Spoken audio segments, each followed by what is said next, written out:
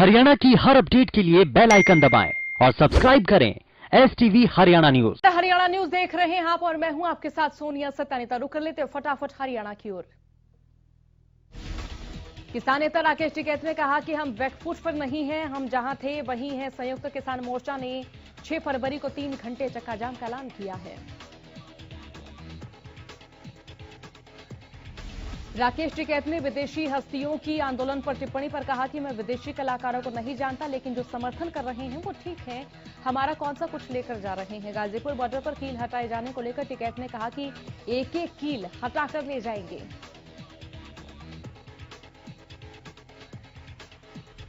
कृषि कानूनों को वापस करवाने के लिए किसान आंदोलनरत हैं। किसान संगठनों ने 6 फरवरी को पूरे देश में 3 घंटे का चक्का जाम का ऐलान किया। इसी कड़ी में रोहतक के खरावड़ गांव में किसान नेता राकेश टिकैत ने कहा कि 6 फरवरी को पूरे देश में चक्का जाम होगा। चक्का जाम में फंसे लोगों से सहयोग करने की राकेश टिकैत ने अपील की।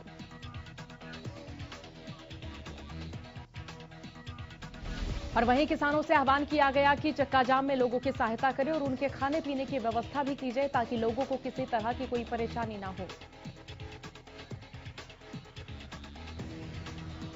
इस दौरान राकेश टिकैत ने सरकार को चेतावनी देते हुए कहा कि इस तरह बैरिकेड तोड़कर किसानों को रोकने का प्रयास किया जा रहा है। वो वास्तव में किसानों को रोकने की कोशिश नहीं बल्कि सरकार अपनी घेराबंदी करने में जुटी हुई है। शांति मार्च के बाद नेता प्रतिपक्ष भूपेंद्र सिंह हुड्डा ने प्रेस कॉन्फ्रेंस की। इस दौरान उन्होंने कहा कि सरकार जनता का भरोसा खो चुकी है। हुड्डा ने कहा कि सरकार ने अपने कई विधायकों का भी विश्वास खोया है। गृह मंत्री अनिल विज ने किसानों से अपील की है कि वो आगामी 6 फरवरी को चक्का जाम ना करें। अनिल विज का कहना है कि दुनिया के बड़े से बड़े मसले बातचीत के जरिए हल हुए हैं। गृह मंत्री अनिल विज ने कहा कि किसान बातचीत के जरिए अपनी समस्याओं के हल को तलाशें। और विज ने भी ये भी कहा कि सरकार किसानों से बातचीत के लिए हमेशा तैयार है। आंदोलन का सभी को अधिकार है, लेकिन किसी के भी आंदोलन से दूसरों को परेशानी नहीं होनी चाहिए।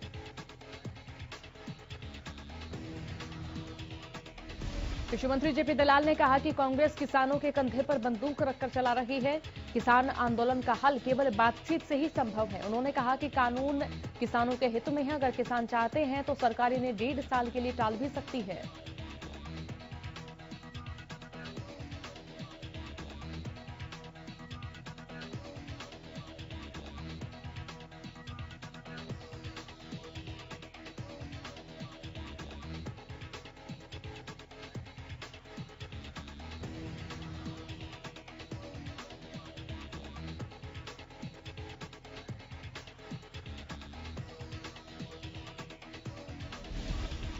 और वहीं कैबिनेट मंत्री कंवरपाल गुर्जर ने भूपेंद्र सिंह हुड्डा के सवालों पर पलटवार करते हुए कांग्रेस पर जमकर निशाना साधा। हुड्डा के अविश्वास प्रस्ताव वाले बयान पर भी कंवरपाल गुर्जर ने पलटवार किया। उन्होंने कहा कि वो विधानसभा में अविश्वास प्रस्ताव ला सकते हैं, लेकिन आज तक उन्होंने कभी भी इन कानूनों पर बात नहीं की। इसी बीच नूह में चल रहे किसानों के आंदोलन में पूर्व मंत्री कैप्टन अजय सिंह यादव अपना समर्थन देने पहुंचे। पूर्व मंत्री ने धरने पर बैठे किसानों को संबोधित करते हुए कहा कि सरकार किसानों को बिन मांगे जबरदस्ती तीनों काले कानून थोप रही है। गाजीपुर बॉर्डर पर दिल्ली पुलिस की ओर से 2 दिन पहले लगाई गई नुकीली कीलों को दिल्ली पुलिस ने हटा दिया। हालांकि बाद में पुलिस ने सफाई दी कि ऐसे वीडियो और तस्वीरें प्रसारित हो रही हैं कि जिसमें दिखाया जा रहा है कि गाजीपुर बॉर्डर से कीलें हटाई जा रही है, जबकि इन कीलों की जगह बदली जा रही है।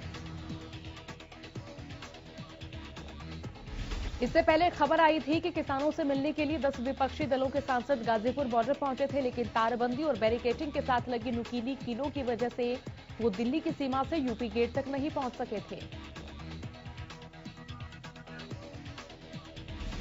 दिल्ली की सीमाओं पर कृषि कानूनों का विरोध कर रहे किसानों के आंदोलन का 71वां दिन है। गाजीपुर बॉर्डर, सिंघू बॉर्डर और टीकरी बॉर्डर पर किसानों की भीड़ लगातार बढ़ती जा रही है। किसान कृषि कानूनों को रद्द करने की मांग कर रहे हैं।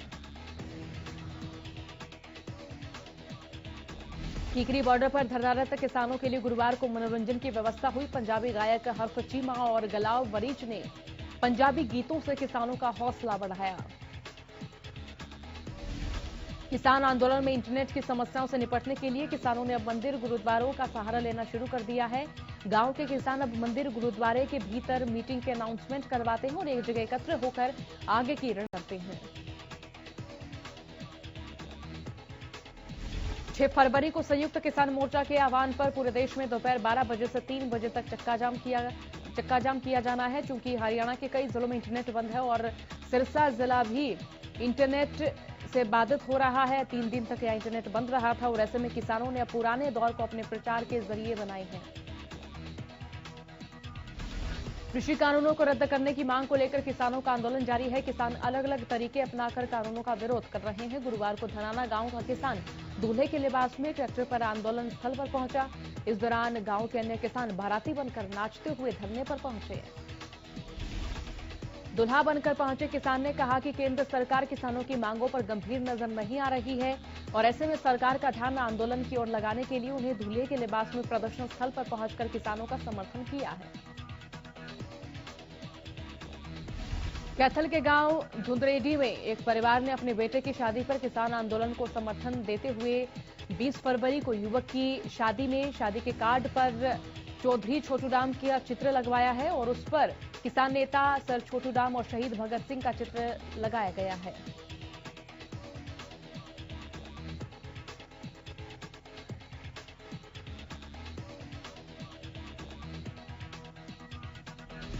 गोहाना में भारतीय किसान यूनियन के प्रदेश उपाध्यक्ष सत्यवान नरवाल ने प्रेस कॉन्फ्रेंस कर सरकार को चेतावनी देते हुए कहा कि सरकार या तो किसानों की मांगों को तुरंत मान ले, नहीं तो सरकार आने वाले समय में इसके परिणाम भुगतने के लिए तैयार रहे। जींद महापंचायत में राकेश टिकैत के आह्वान के बाद फतेहाबाद से सैकड़ों की संख्या में किसान अपने वाहनों में दिल्ली बॉर्डर के लिए रवाना हुए।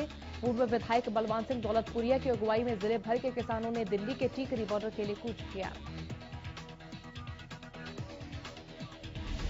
इस दौरान बलवान सिंह दौलतपुरिया ने कहा कि वो अपने किसान साथियों के साथ दिल्ली बॉर्डर पहुंचकर आंदोलन को मजबूती देंगे। उन्होंने बताया कि वो 6 फरवरी तक अपने साथियों के साथ दिल्ली में ही रहेंगे और चक्काजाम में शामिल होंगे।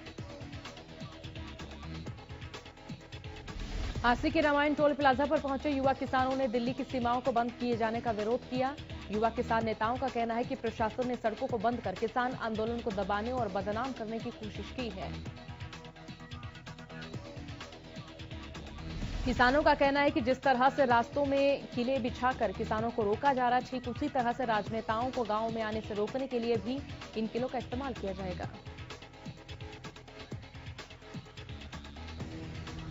कृषि आंदोलन के खिलाफ जारी किसान आंदोलन में हर उम्र के लोग अपना योगदान दे रहे हैं और इसी कड़ी में टोहाना में जारी किसान आंदोलन में 6 साल का मासूम शामिल हुआ है। जानकारी दे दें कि 6 साल का एकम 31 दिसंबर से जारी किसान आंदोलन से लगातार जुड़ा हुआ है और यही वजह है कि 6 साल का ये मासूम भी अपनी पढ़ाई के साथ साथ आंदोलन में शामिल होकर अपना योगदान दे रहा है। आंदोलन के दौरान मासूम की पढ़ाई बाधित न हो, इसका भी ध्यान रखा जा रहा है। धरना स्थल पर उचित रोशनी न होने के बावजूद 6 साल का मासूम मोबाइल की रोशनी में पढ़ाई करता है।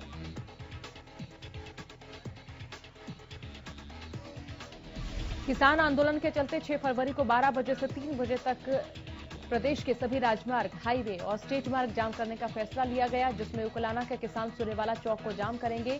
किसान नेताओं ने 6 फरवरी को लेकर अभी से तैयारियां शुरू कर दी हैं। हरियाणा सर्वखास सर्वजातीय युवा पंचायत के प्रदेश अध्यक्ष सतीश राठी ने पंचायत कार्यालय में प्रेस कॉन्फ्रेंस की। इस दौरान सतीश राठी ने कहा कि 11 फरवरी को महम चौबीसी के ऐतिहासिक चबूतरे पर किसान खप महासम्मेलन का आयोजन किया जाएगा। उन्होंने बताया कि इस महासम्मेलन में प्रदेश समेत उत्तर भारत की सभी खाप पंचायतें और किसानों का साथ देने वाले तमाम राजनेता भी हिस्सा लेंगे। सतीश राठी ने बताया कि चौबीसी के चबूतरे पर होने वाले सम्मेलन में अभय चौटाला समेत किसानों का साथ देने वाले नेताओं का सम्मान किया जाएगा।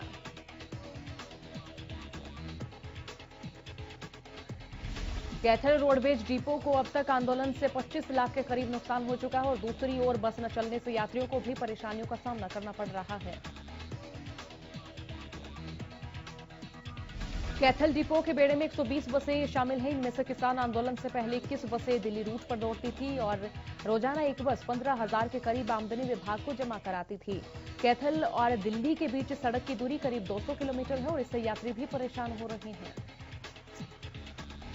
रोडवेज के अधिकारियों का कहना है कि रोडवेज की स्थिति सुधारने के लिए बस चलानी होगी, लेकिन अब स्थिति गंभीर बनी हुई है।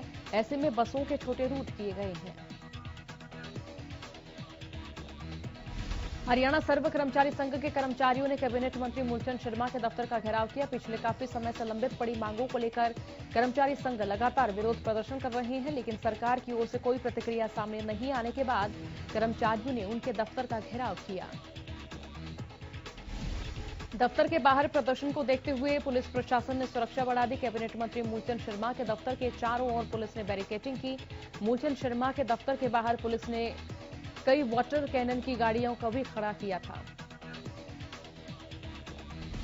कैथल में गुरुवार को नगर पालिका कर्मचारी संघ हरियाणा के आह्वान पर उल्टा झाड़ू का रोष मार्च निकाला गया। इस दौरान कर्मचारियों ने राज्य मंत्री कमलेश ढांडा के निवास स्थान पर प्रदर्शन किया।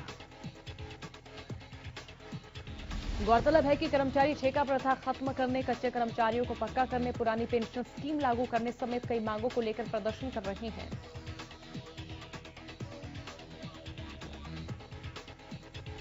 नगर पालिका कर्मचारी संघ ने गुरुवार को अपनी लंबित पड़ी मांगों को लेकर गृहमंत्री अनिल विज के निवास पर प्रदर्शन किया। दरअसल नगर पालिका के सभी कर्मचारियों ने एकत्र होकर अपनी मांगों का ज्ञापन अनिल विज के पीए को सौंपा। सिरसा में नगर परिषद के सफाई कर्मचारियों और दमकल विभाग के कर्मचारियों ने सर्व कर्मचारी संघ के बैनर तले प्रदर्शन किया। सफाई कर्मचारियों ने हाथों में झाड़ू लेकर नाराजगी जाहिर की। सिरसा में बस अड्डा परिसर में रोडवेज कर्मचारियों ने वर्कशॉप के गेट के सामने धरना दिया और जीएम ठेकेदार के खिलाफ नारेबाजी की। प्रदर्शनकारियों का आरोप है कि ठेकेदार और जीएम ने मिलीभगत कर कर्मचारियों को नौकरी पर रखने के लिए 5-5 हजार रुपए की रिश्वत ली और 6 कर्मचारियों को नौकरी से हटा दिया।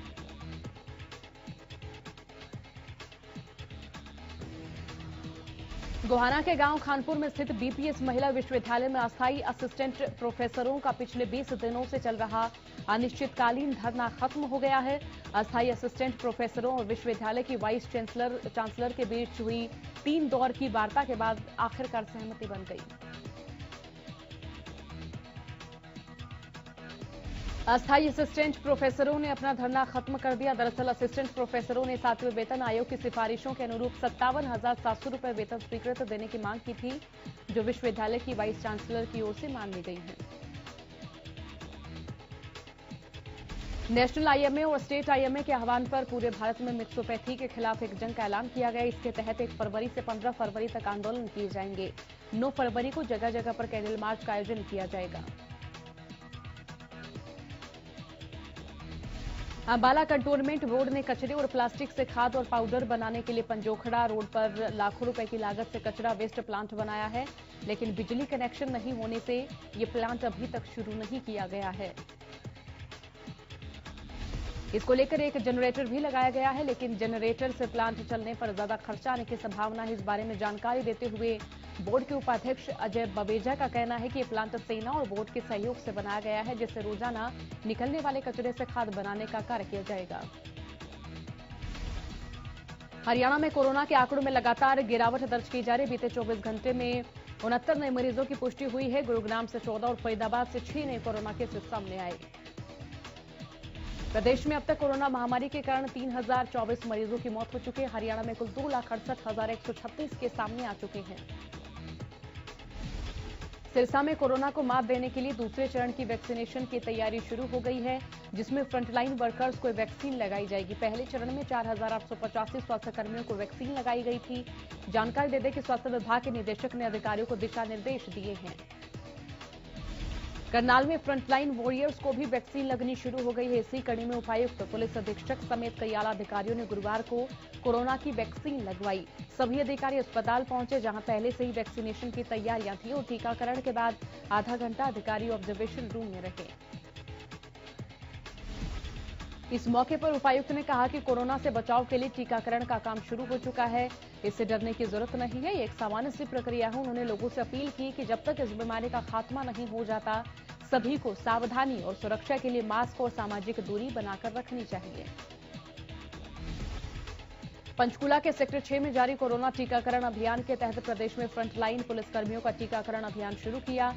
पहले दिन पुलिस महानिदेशक मनोज यादव समेत हरियाणा पुलिस के अन्य फ्रंटलाइन वर्कर्स ने टीका लगवाया।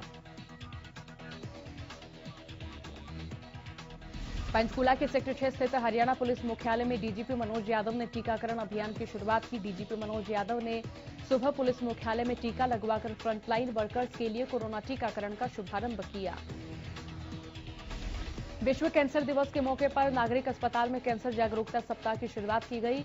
इस दौरान आशा वर्कर्स घर घर जाकर लोगों को इस घातक बीमारी के बारे में जागरूक करेंगी। जानकारी दे दें कि अगर किसी व्यक्ति में कैंसर के लक्षण पाए जाते हैं तो उसे अस्पताल ले जाकर शुरुआती जांच की जाएगी, जो कि निःशुल्क होगी।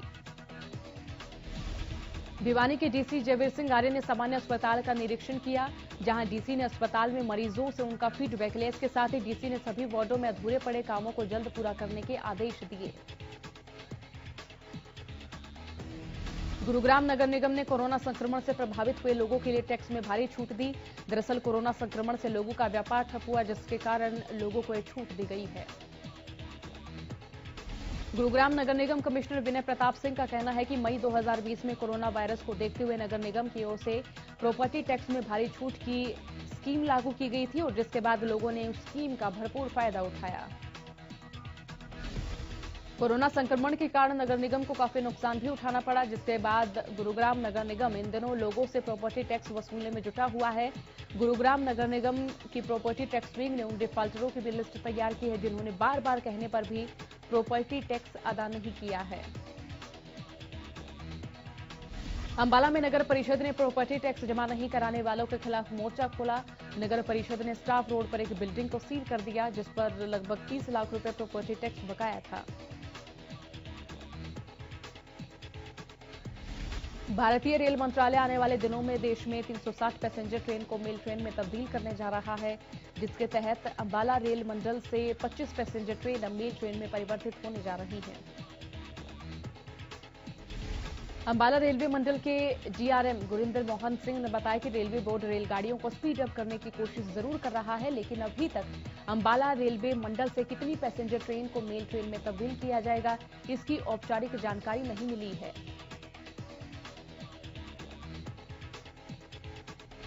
बल्लभगढ़ के गांव दयालपुर में देर रात बदमाशों ने एक व्यक्ति के साथ मारपीट की और फिर उसे बोरी में बंधकर गटर में फेंक दिया। सुबह ग्रामीणों ने घायल व्यक्ति को गटर से बाहर निकाला और पुलिस को मामले की सूचना दी।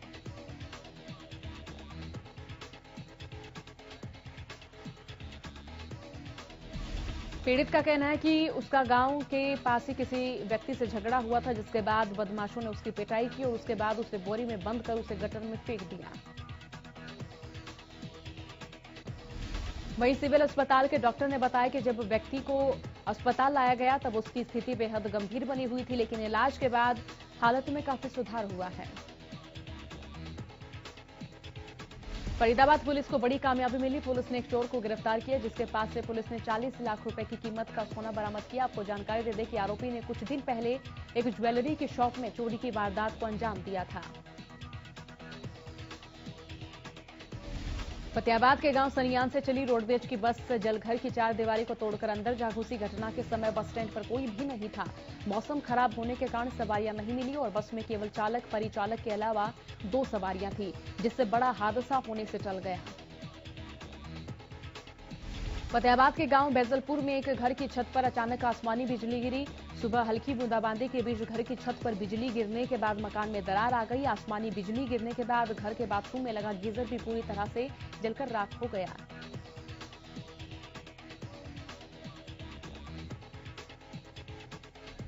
अंबाला में एक बार फिर मौसम ने करवट ली है। लगातार 2 दिन अच्छी धूप निकलने के बाद जहां गर्मी का एहसास होने लगा था, तो वहीं शाम होते होते हल्की हवा चलने के साथ ही आसमान में हल्के बादल छाए रहे। और वहीं बारिश के चलते सोनीपत में जगह जगह जलभराव हो गया, जिससे लोगों को भारी परेशानियों का सामना करना पड़ा।